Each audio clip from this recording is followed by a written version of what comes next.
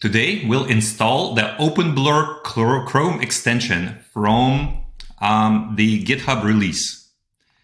So first we go to the GitHub OpenBlur repository.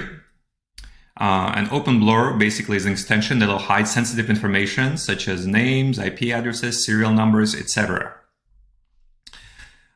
So we go to the releases over here. There's a zip file, so we go ahead and download that, and it downloads, looks like OpenBlur1.zip, download it into our downloads folder. Then we unzip it. We go to a terminal, unzip, downloads, OpenBlur.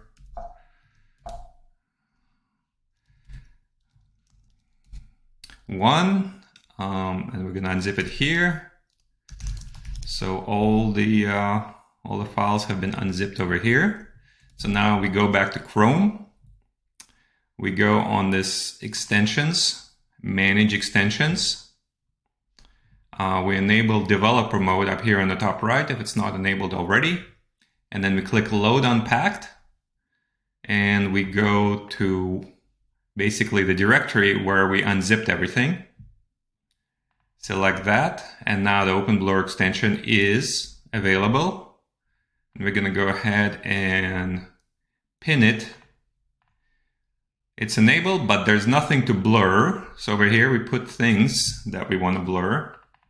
So I have a list of things that I'm going to go ahead and put here. So I entered a few items here. So once I click out and close, those items are going to be actively being blurred. And if I'm already in a page, I have to reload it to see the differences. But let me go ahead and go to a page. I'm going to this page over here. And as you can see, things are being blurred, and even it's dynamic. So even if I mouse over there, the things in here are being blurred as well. So it works in most websites, and it is dynamic, like you see. So we can even go try something here. We're gonna go to my blur, and we're gonna go blur my_secret.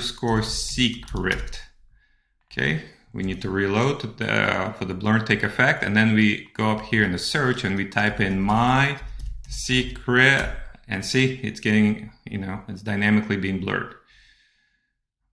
That's it for today.